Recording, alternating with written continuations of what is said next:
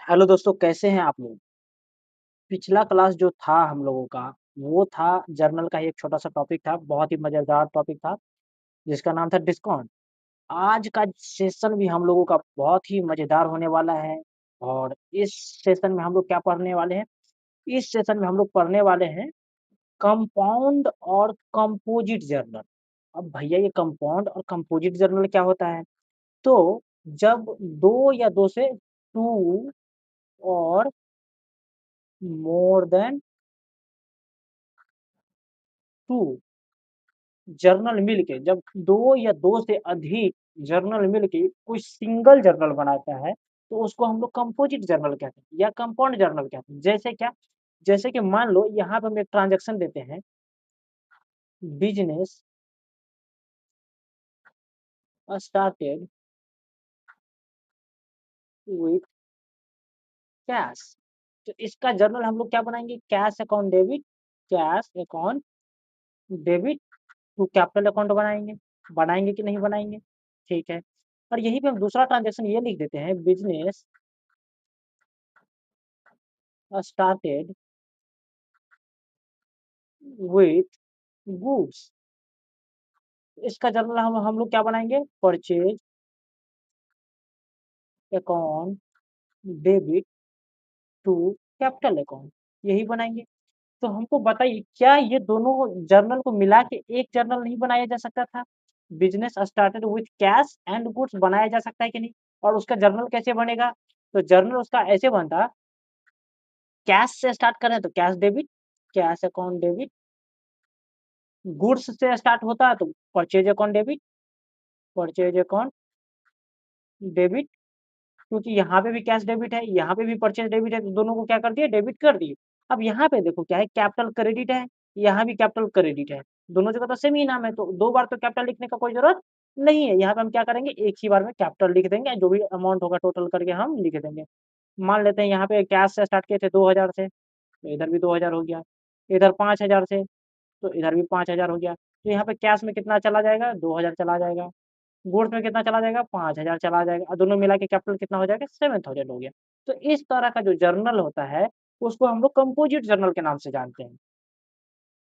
या फिर हम इसको ये भी कह सकते हैं कि डेबिटिंग वन अकाउंट, डेबिट में कोई एक अकाउंट हो और क्रेडिट में 2 अकाउंट हो। जैसे मान लेते हैं यहाँ पे हम लिख देते हैं rent account debit, salary account debit to cash account, मतलब रेंट भी पे किए, सैलरी भी पे किए। तो यहाँ पे देखो डेबिट में कितना है? 2 अकाउंट है ना, और क्रेडिट में कितना है? 1 अकाउंट है। मतलब ये वाला फॉल हो गया, क्रेडिट में 1 है और डेबिट में 2। तो जब कोई क्या हो, डेबिट में 2 हो, क्रेडिट में 1 हो, तो ये भी कंपाउंड और कंपोजिट जर्नल का पार्ट है। या फिर क्रेडिट में 2 हो और डेबिट में 1 हो, तो वो भी क्या हो? वो भी कंपोजिट जर्नल का ही पार्ट होगा। या फिर डेबिट में भी 2 से ज़्यादा, क्रेडिट में भी 2 से ज़्यादा, 2 या 2 से ज़्यादा रहे, ठीक है? तो वो भी कंपोजिट जर्नल का पार्ट होगा, ठीक है? बाय डेबिटिंग 2 और मोर अकाउंट्स और क्रेडिटिंग 2 और मोर अकाउंट्स। 2 अकाउंट डेबिट में रहे या 2 से ज़्यादा डेबिट में रहे या 2 अकाउंट क्रेडिट में रहे या 2 से ज़्यादा अकाउंट क्रेडिट में रहे, ठीक है? तो किसका पार्ट होगा? कंपोजिट जर्नल का पार्ट होगा। तो कंपोजिट जर्नल समझ में आ गया? चलो कुछ एग्ज़ाम्पल से समझते हैं। जैसे यहाँ पे सैलरी एंड रेंट पे किए, तो सैलरी और रेंट पे किए, तो सैलरी तो नॉमिनल अकाउंट है और नॉमिनल अकाउंट क्या कहता है? जितना भी खर्च होगा, एक्सपेंस होगा, उसको डेबिट करो। तो सैलरी तो मेरा एक्सपेंस है, तो उसको डेबिट करेंगे। तो सैलरी अकाउंट डेबिट, रेंट भी मेरा क्या है? रेंट भी एक्सपेंस है, तो रेंट अकाउंट डेबिट और 2 क्या हो जाएगा? कैसे पे करेंगे? कैश में पे करेंगे। तो सैलरी कितना था? 5000 का, रेंट कितना था? 3000 का, टोटल मिला के मेरा कैश कितना गया? 8000 का। कोई दिक्कत? इस तरह का जो जर्नल रहेगा जिसमें डेबिट में देखो, 2 है ना? उसी तरह से क्रेडिट में 2 हो जाएगा, ठीक है? उसी तरह से ऊपर-नीचे 2, दोनों जगह 2-2 हो जाएगा या 2 से ज़्यादा हो जाएगा, तो उसको हम लोग कंपोजिट जर्नल के नाम से जानेंगे, ठीक है? एक और देखते हैं, जैसे यहाँ पे goods purchase from Ram 9000 and Shyam 6000। Ram से खरीदे 9000 का और श्याम से खरीदे 6000 का, ठीक है? अब सबसे पहले कौन-सा ट्रांज़ैक्शन है? क्रेडिट ट्रांज़ैक्शन, क्योंकि सिर्फ़ और सिर्फ़ पार्टी का नाम है, कैश कहीं पे मेंशन नहीं है। तो गुड्स हम खरीदे हैं, तो गुड्स मेरे पास आ रहा है, तो परचेज़ क्या हो जाएगा? Debit, purchase account debit. और किससे खरीदे हैं भैया? तो राम से खरीदे हैं, तो राम अकाउंट, क्योंकि राम गिवर है। और श्याम से भी खरीदे तो श्याम भी गिवर है, तो श्याम अकाउंट। राम से कितना का खरीदे 9,000 का, श्याम से कितना का खरीदे 6,000 का, मतलब हम टोटल कितना का खरीदे हैं 15,000 का। समझ में आया? इसको हम क्या बोलेंगे कंपोजिट जर्नल। देखो यहाँ पे क्या है क्रेडिट में 2 है और डेबिट में 1 है, कोई दिक्कत? एक और देखते हैं, सैलरी एंड रेंट पेड, ठीक है, partially in cash partially by cheque. Cheque वाला हम लोग हालांकि आगे पढ़ेंगे, लेकिन यहाँ पे थोड़ा देख लेते हैं। सैलरी और रेंट मेरे लिए एक्सपेंस है क्योंकि पे कर रहे हैं, तो डेबिट हो जाएगा सैलरी अकाउंट डेबिट, तो रेंट अकाउंट डेबिट। अब देखो सैलरी कितना था 10,000 और रेंट 4,000 और बोला कि पार्शियली कैश में, तो टू कैश लिख देंगे, to cash account. To by cheque से है तो चेक को हम किस नाम से लिखेंगे यहाँ पे बैंक के नाम से लिखेंगे, ठीक है, टू बैंक अकाउंट। ठीक है, तो देखो 2 डेबिट में और 2 क्रेडिट में भी हो गया, तो इसको हम लोग कंपोजिट जर्नल या कंपाउंड जर्नल के नाम से जानते हैं। ठीक है, अब देखो यहाँ पे अमाउंट क्या जाएगा, तो 10 और 4 कितना हो गया 14,000 हो गया। 14,000 में 7,000 इसमें इक्वली बांट दो, क्योंकि पार्शियली बोल रहा है, बोल नहीं रहा कि किस में कितना जाएगा, तो इक्वली बांट दो। ठीक है, यानी आधा आधा, कोई दिक्कत? अब हम लोगों का जो नेक्स्ट टॉपिक है वो है बैड डेट्स। बैड डेट्स क्या होता है? बैड डेट्स सिंपल सा लैंग्वेज में मानो कि दोस्त को दिया हुआ पैसा, मतलब क्या, ऐसा पैसा जो बुड़ गया, जो पैसा बर्बाद हो गया, जो पैसा कभी आने वाला है नहीं, उसको हम लोग बैड डेट्स के नाम से जानते हैं। जैसे मान लो कोई दोस्त को तुम 1,000 रुपया दिया, कोई दोस्त को तुम 1,000 रुपया दिया, तो क्या वो वापस आएगा? दोस्त पैसा देता है कभी? नहीं देगा। तो इसको हम लोग 1,000 को किस नाम से जानेंगे? बैड डेट्स के नाम से। ऐसा पैसा जो कभी आने वाला नहीं है, पैसा बर्बाद हो गया, उसको हम लोग बैड डेट्स के नाम से जानेंगे। तो जब बैड डेट्स का होगा तो बैड डेट्स का एंट्री कैसे होगा? तो बैड डेट्स का एंट्री ये होता है, अब देखो ये बैड डेट्स मेरा क्या है, नुकसान है ना। अब नुकसान होता है तो नॉमिनल अकाउंट क्या कहता है, उसको डेबिट करो, एक्सपेंसेस एंड लॉसेस को। तो बैड डेट्स क्या हो जाएगा, डेबिट हो जाएगा। बैड डेट्स अकाउंट डेबिट, क्योंकि पैसा बर्बाद हो गया तो मेरे लिए तो लॉस है। और देने वाला कौन था, गिवर, तो उसको हम लोग क्या बोलेंगे, डेटर बोलेंगे, डेटर अकाउंट। कोई दिक्कत? जैसे यहाँ पे एक क्वेश्चन रहेगा, एक क्वेश्चन देते हैं example, amount due from Patlu, ठीक है, कितना का, 5,000 का, ठीक है, और इज इरिकवरेबल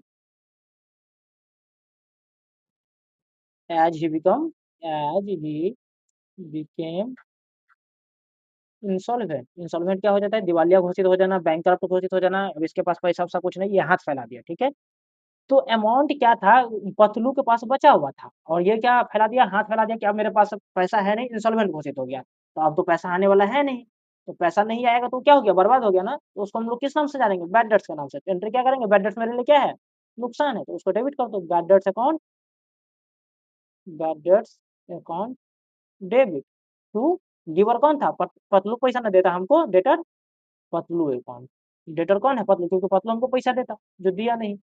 तो एंट्री क्या बना, bad debts account debit to Patlu account. और ये कौन सा केस था, when full amount was bad, total का टोटल पैसा बर्बाद हो गया। ऐसा भी होता है कि कभी कभी पैसा कुछ आ भी जाता है और कुछ नहीं भी आता है, और ये कौन सा केस था, जब पूरा का पूरा पैसा बर्बाद हो गया। ठीक है, अब हम लोग देखते हैं when partially amount was recovered, मतलब कुछ पैसा क्या हो गया, रिकवर हो गया, और कुछ पैसा क्या हो गया, बैड डेट्स हो गया, और कुछ पैसा बैड डेट्स, मतलब कुछ पैसा नहीं आया। तो इसका एंट्री हम लोग क्या करेंगे, अब देखो बैड डेट्स जो पैसा बर्बाद हो गया वो तो मेरे लिए नुकसान है, तो नुकसान को डेबिट करते हैं, यानी बैड डेट्स अकाउंट डेबिट। और कुछ पैसा बोल रहा है आ गया, तो जो आता है उसको भी डेबिट करते हैं हम लोग रियल अकाउंट के अकॉर्डिंग। और कैश क्या है, रियल अकाउंट है, यानी कैश अकाउंट डेबिट, क्योंकि कैश आ रहा है मेरे पास कुछ। ठीक है, और वही टू डेटर जो देने वाला था, debtor account to debtor account. अब चलो कुछ एग्जाम्पल लेके चलते हैं। जैसे एक क्वेश्चन है आपका, Krishna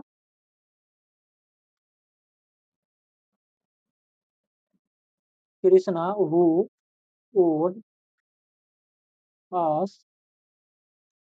10,000 and he declared insolvent, insolvent घोषित हो गया। ठीक है, बट 60 पैसे इन अ रुपी रिसीव्ड।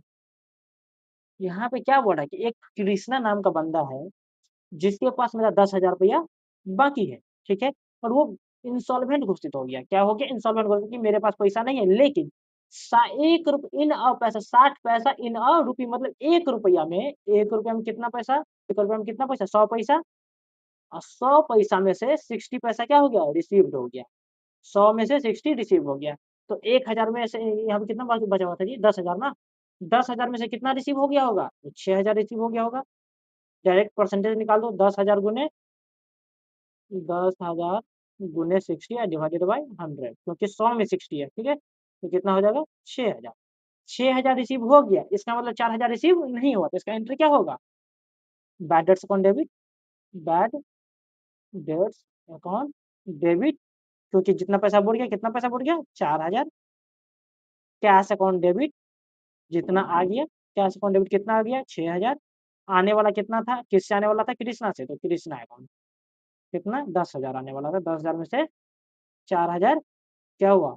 नहीं आया, 6,000 आ गया। इस तरह से हम लोग बैड डेट्स का एंट्री करेंगे जब पार्शियली रिकवर्ड हो जाए, ठीक है? अगला है कि bad debts recovered. Bad debts recovered क्या होता है? बैड डेट्स रिकवर्ड ये होता है कि मान लो कोई दोस्त को तुम पैसा दिए, ठीक है? और तुमको पैसा माँग रहा है, तुमको लगा अब वो पैसा दे ही नहीं रहा है, तुमको लग रहा है कि अब ये पैसा हमको नहीं देगा। तो तुम क्या इसको मान लिए? बैड डेट्स मान लिए। क्या मान लिए? बैड डेट्स मान लिए क्योंकि वो दे नहीं रहा और अपने बुक में क्या कर लिए? रिटेन कर लिए, नोट कर लिए, ठीक है?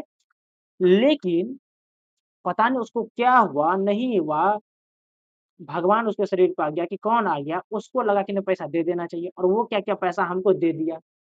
तो उसको हम लोग जानते हैं बैड डेट्स रिकवर्ड के नाम से। किस नाम से? बैड डेट्स रिकवर्ड जिसको हम बैड डेट्स मान चुके थे।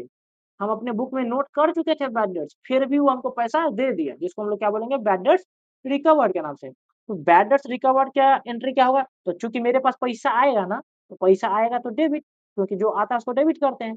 कौन-सा पैसा? बैड डेट्स वाला ना। तो bad debts recovered account, recovered ये इसका जर्नल एंट्री होगा। समझ में आया? अब एक क्वेश्चन से तुमको समझाते हैं कि एक क्वेश्चन था तुम्हारा